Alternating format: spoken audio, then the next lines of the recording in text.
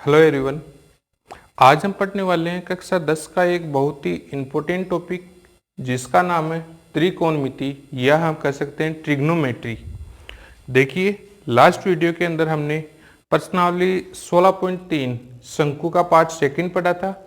इसके बाद प्रश्नावली संख्या 16.4 है जो आपको ऑनलाइन क्लास के थ्रू न पढ़ाकर बाद में जब आपकी क्लासेस रेगुलर चलेगी उस टाइम आपको पढ़ाया जाएगा।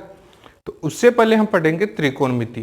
तो देखिए, त्रिकोणमिति क्या होती है। त्रिकोणमिति कक्षा 10 और कक्षा 9 के लिए एक बहुत ही इंपॉर्टेंट टॉपिक है, चाहे हम एग्जाम की दृष्टि से माने चाहे आगे की कक्षाओं के लिए माने। ठीक है, तो देखिए, सबसे पहले त्रिकोणमिति होती क्या है। त्रिकोणमिति के बारे में हम सामान्य जानकारी लेंगे और उसके बाद हम पढ़ेंगे त्रिकोणमितीय अनुपातों के बारे में।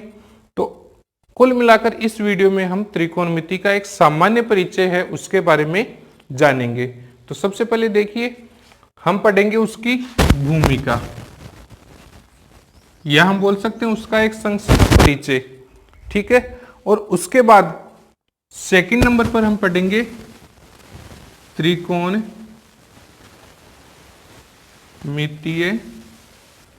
अनुपात।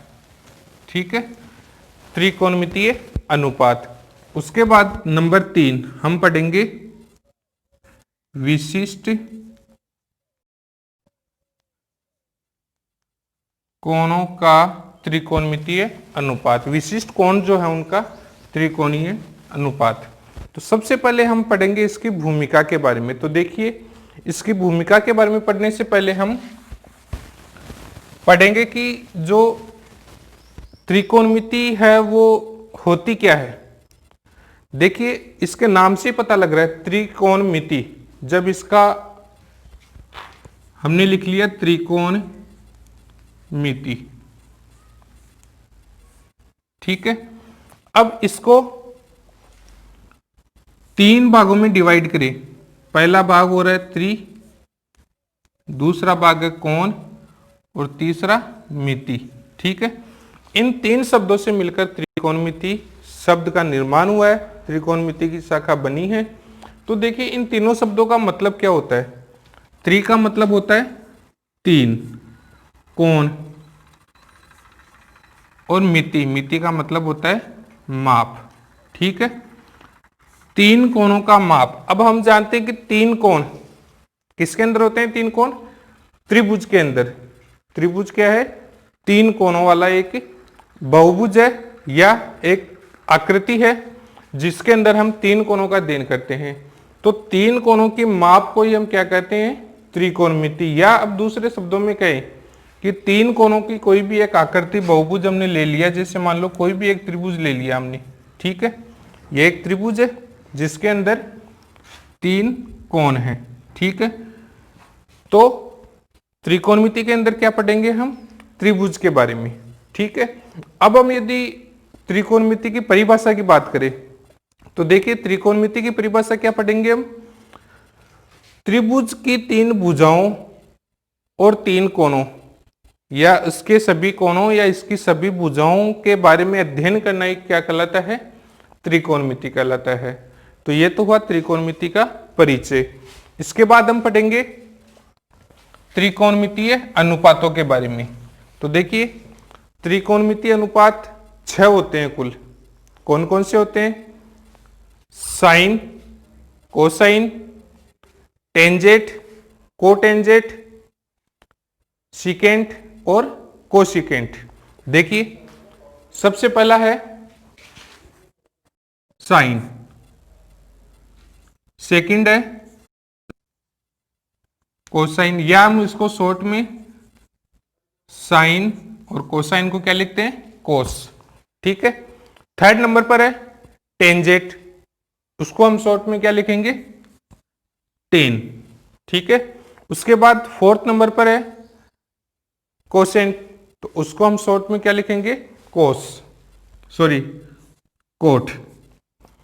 फिर है कोटेजेंट को कोट लिख दिया। उसके बाद फिफ्थ नंबर पर है सिकेंट, उसको हम शॉर्ट में लिखेंगे SEC सेक। और फिर लास्ट जो 6 नंबर है उस पर कौन सा है, कोसिकेंट, तो उसको हम शॉर्ट में क्या लिखेंगे, कोसेक। तो इस प्रकार से ये हमारे टोटल 6 त्रिकोणमितीय अनुपात हो गए। अब इनके सूत्र के बारे में हम अध्ययन करेंगे, तो इनका जो सूत्र निकालेंगे वो किससे संबंधित होगा, एक समकोण त्रिभुज से संबंधित होगा। तो कोई भी हमने एक समकोण त्रिभुज की आकृति बना ली, जैसे मान लिया कोई भी एक समकोण त्रिभुज है, उसको हमने नाम दे दिया ए, बी और सी। ठीक है, ये एक समकोण त्रिभुज है। इसके अंदर जो कोण बी है वो तो क्या मान लिया हमने, 90 डिग्री समकोण मान लिया, और जो कोण ए है उसको हमने थीटा मान लिया यहां पर। अब इस त्रिभुज के आधार पर हम जो त्रिकोणमिति के जो 6 अनुपात है उनका सूत्र ज्ञात करेंगे। ठीक है, तो सबसे पहले देखिए कि त्रिभुज की जो तीनों भुजाएं हैं उनको हम कहते क्या हैं, इनके बीच में संबंध क्या होता है।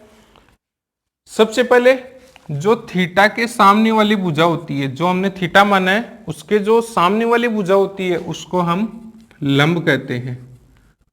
ठीक है, जो खड़ी भुजा होती है, ऊर्ध्वाधर जो भुजा होती है समकोण त्रिभुज की, उसको हम लंब कहेंगे, या इसको शॉर्ट में हम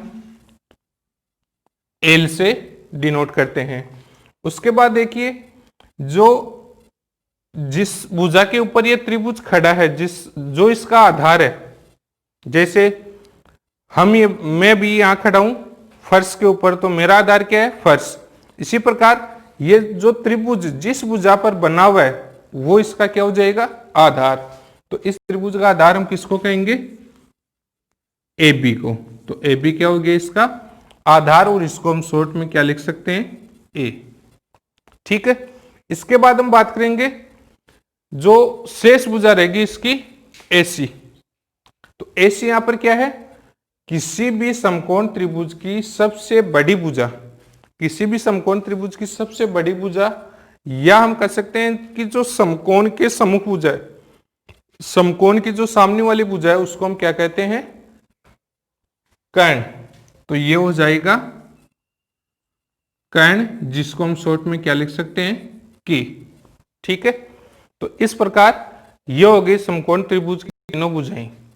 अब हम इनके अंदर संबंध को ज्ञात करेंगे कि लंब का कर्ण के साथ जो संबंध है, कर्ण का आधार के साथ जो संबंध है, आधार का कर्ण के साथ जो संबंध है, इन संबंधों को हम क्या कहते हैं, त्रिकोणमितीय अनुपात। तो आइए सबसे पहले हम निकालते हैं साइन थीटा का मान। तो देखिए साइन थीटा, थीटा हमने ये ले लिया। ठीक है, तो इन दोनों का जो साइन थीटा का जो मान होता है वो किस किस भुजा का संबंध होता है। ठीक है, तो इनको समझने के लिए मैं आपको एक शॉर्ट ट्रिक बता रहा हूं, एक सूत्र बता रहा हूं, जिसकी सहायता से आप ये 6 के 6 अनुपात बहुत ही आसानी से आराम से निकाल सकते हैं।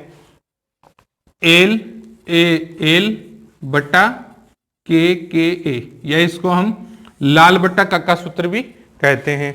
इसके सहायता से हम जो त्रिकोणमिति के 6 अनुपात है वो आसानी से निकाल सकते हैं। यदि हमें याद नहीं भी है तो भी हम इनका मान आराम से ज्ञात कर सकते हैं। देखिए इस सूत्र को काम में कैसे लेना है हमें यहाँ पर। देखिए पहला है साइन थीटा, तो यहां जो पहला अनुपात आ रहा है इस सूत्र के अंदर एल बटा की, तो यहां एल का मतलब तो क्या हो गया, लंब बटा कर्ण।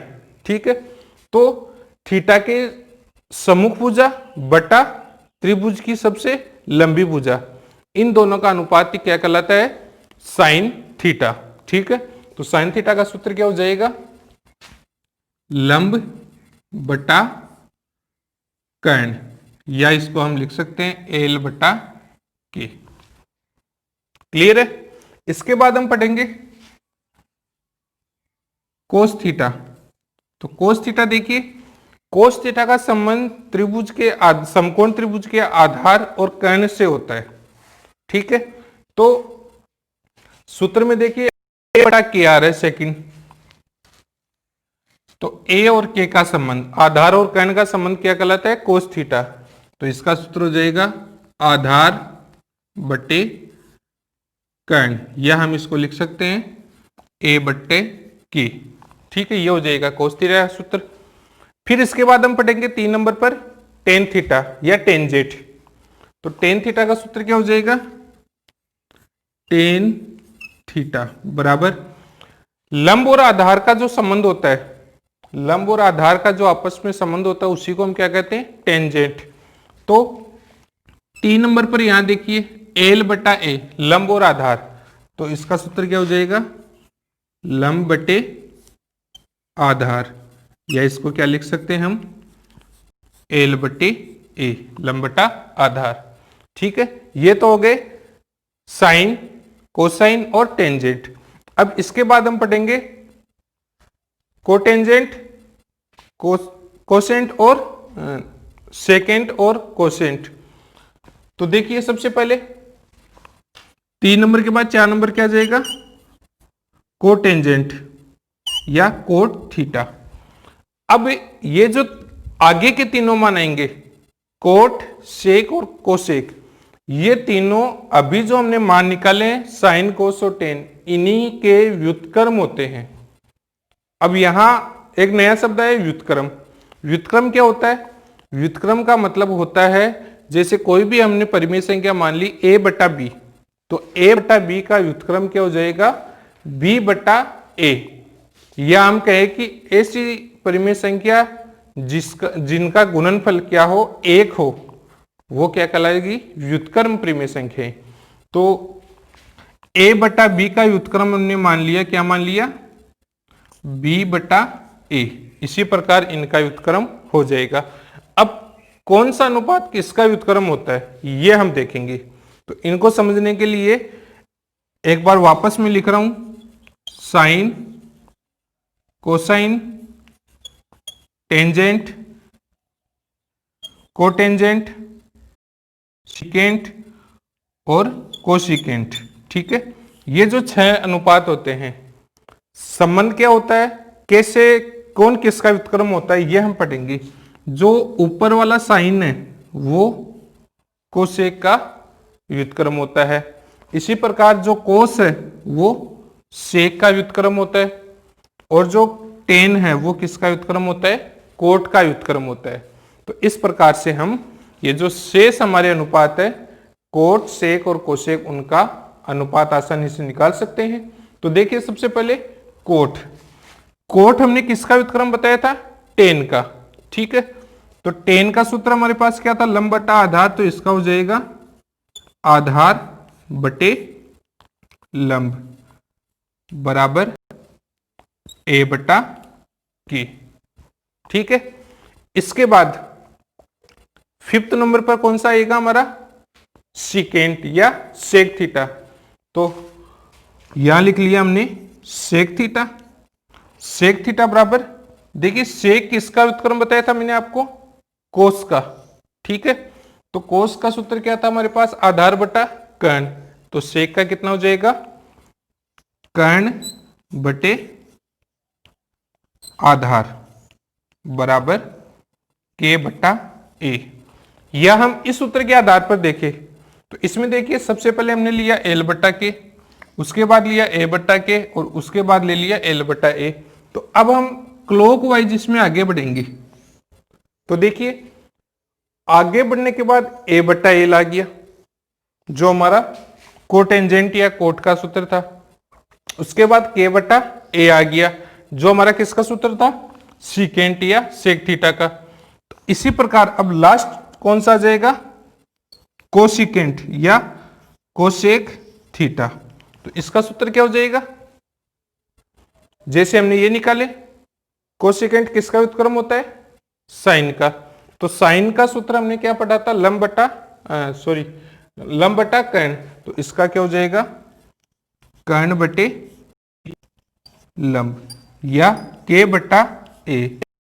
सूत्र के आधार पर देखें तो देखो के बटा ए के बाद क्या आ रहा है, के बटा एल, तो क्या हो जाएगा, कर्ण बटा लंब। तो इस प्रकार से ये सभी 6 त्रिकोणमितीय अनुपात हो गए हैं। अब आपको होमवर्क के रूप में आज प्रश्नावली संख्या 6 के अंदर, या आज आपको आवश्यकता नहीं है किताब की, जो मैंने आपको 6 अनुपात बताए हैं उनको अच्छी तरह से याद करने में हम पढ़ेंगे। प्रश्नावली संख्या 6 के बारे में आगे, जिसके अंदर हम ज्ञात करेंगे जो त्रिकोणमिति के विशिष्ट कोण होते हैं उनका मान ज्ञात करना। विशिष्ट कोण जैसे 0 डिग्री, 30 डिग्री, 45 डिग्री, 60 डिग्री और 90 डिग्री, इनका मान ज्ञात करना हम अगले वीडियो में सीखेंगे।